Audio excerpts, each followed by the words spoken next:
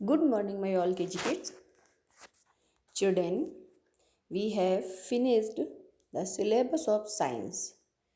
Right now, we are going to start the revision. Okay? Revision worksheet में बाद में दूंगी. पहले एक चैप्टर के क्वेश्चन यानी कि फ्लावर्स चैप्टर के क्वेश्चन का मैं रिवीजन कराऊंगी. चिल्ड्रन बेटा, you can see the picture of the flowers chapter on your screen. Today I am just revising the question of this chapter. Okay ताकि जो क्वेश्चंस हैं आप वो रिवाइज कर लो. मैं कोशिश करूँगी कि एक एक दो दो चैप्टर के क्वेश्चंस मैं डेली रिवाइज करा दूँ. ऑब्जेक्टिव में आपको काम आएंगे. और दूसरी बात बच्चों, आप जो टेस्ट पेपर करते हैं उनमें मैंने देखा है कि हैंड राइटिंग बहुत गड़बड़ है बहुत बच्चों की. तो प्लीज़ अपनी हैंड राइटिंग पे ध्यान देना है. All of you, all children, you have to write 10 words Hindi and 10 words English every day in your rough copy. It's your practice work. ये आपको काम रोज करना है क्योंकि आपके पेपर ऑब्जेक्टिव आएंगे. उसमें ऐसा कोई भी काम नहीं है कि आप उसके लिए अपनी पढ़ाई बंद कर दो या आगे आप पढ़ाई नहीं करो. पेपर आपके होते रहेंगे. ओके तो आपको क्या करना है कि डेली एक पेज इंग्लिश की राइटिंग और एक पेज हिंदी की राइटिंग क्या करने हैं. उसमें 10 वर्ड्स या 15 वर्ड्स प्रॉपर लाइन में लिखेंगे जिससे कि राइटिंग में इम्प्रूवमेंट होगा. You will do this work every day. Okay and बेटा, your examination are starting from 7th of September. आपके एग्ज़ाम्स 7 सितंबर से स्टार्ट हो रहे हैं. Examination will be conduct online paper होंगे. ओके तो ऑब्जेक्टिव क्वेश्चंस आएंगे ऑनलाइन पेपर में. तो डू इट सीरियसली, उनको सीरियसली करेंगे. मम्मी पापा क्वेश्चन रीड करेंगे. आप अभी रीड करना नहीं जानते हैं, लेकिन जब मम्मी पापा क्वेश्चन रीड करेंगे तो उस क्वेश्चन का आंसर आपको आना चाहिए. ओके क्योंकि मैंने सारे क्वेश्चंस आपको कराए हुए हैं. तो today we will see the question of the flowers chapter. In this chapter, 3 questions are there. First question is, what is the color of the rose? रोज़ का कौन सा कलर होता है? Which color is? Yes, try to tell. Color of the rose is red. कौन सा colour होता है? Red. Answer of the first question will be red.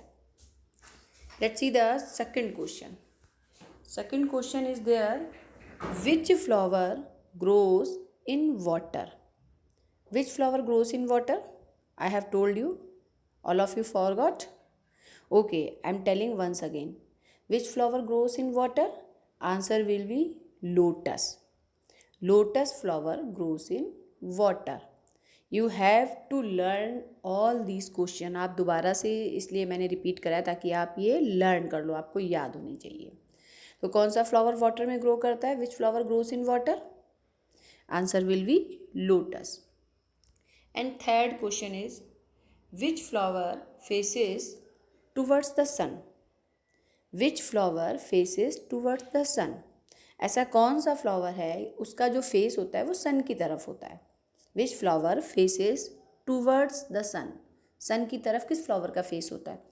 I have told you so many times whenever I have taught the chapter. I have told you, but I think all of you forgot. I am repeating just again. Okay, which flower faces towards the sun? Answer will be sunflower. अगर सन की तरफ face है तो flower कौन सा होगा? Sunflower. Sunflower में भी देखो सन आ रहा है ना. तो which flower faces towards the sun? Answer will be sunflower. Okay, all of you have to learn all these answer. So today I am just revising the flower chapter. Right now I am giving the worksheet. I am giving the revision worksheet 2. Okay, Monday I have given a revision worksheet first. Today I am giving the revision worksheet second. You should know the answer. Only you should tick the answer. ठीक है, you will tick the answer. First question is, which flower grows in water? Answer will be lotus. You will tick. कहाँ पे टिक करेंगे आप? Lotus में. Next है, which is our national animal? हमारा national animal कौन है? Forgot? Our national animal is tiger. किस पे टिक करेंगे आप? स्पेलिंग बच्चों क्वेश्चन मम्मी पापा पढ़ेंगे, लेकिन ऑप्शन में स्पेलिंग आप पढ़ेंगे और बताएंगे पेरेंट्स को कि ये वाला राइट आंसर है, फर्स्ट वाला पहला वाला राइट है, दूसरा वाला राइट है।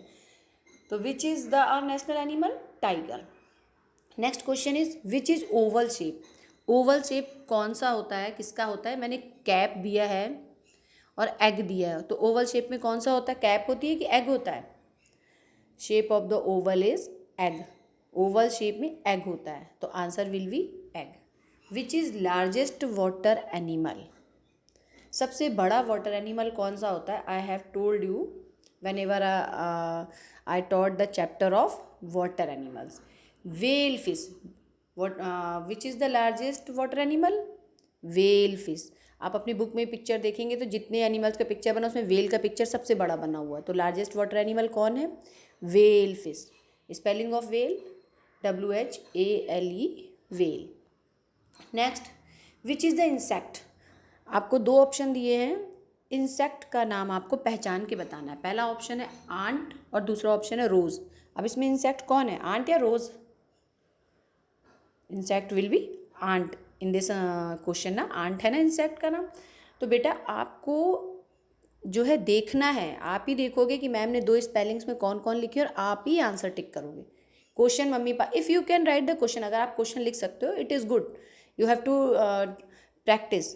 अगर आप ये क्वेश्चन लिख सकते हो राइट नाउ, अभी आप लिखना सीख गए होंगे, तो if you can write the question you will write. अगर आप लिख सकते हैं तो लिखिए, कोई दिक्कत वाली बात नहीं। नहीं लिख सकते हैं तो कोई बात नहीं, तो मम्मी पापा लिख देंगे। अगर आप लिख सकते हैं, you are able to write, तो you have to write, okay.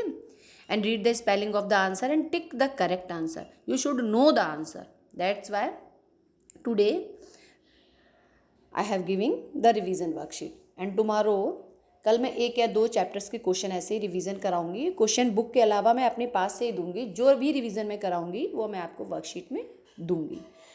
तो do it carefully and prepare for your exam, okay.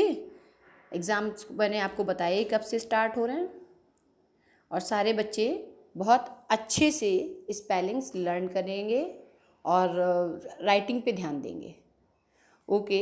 Thank you, have a nice day.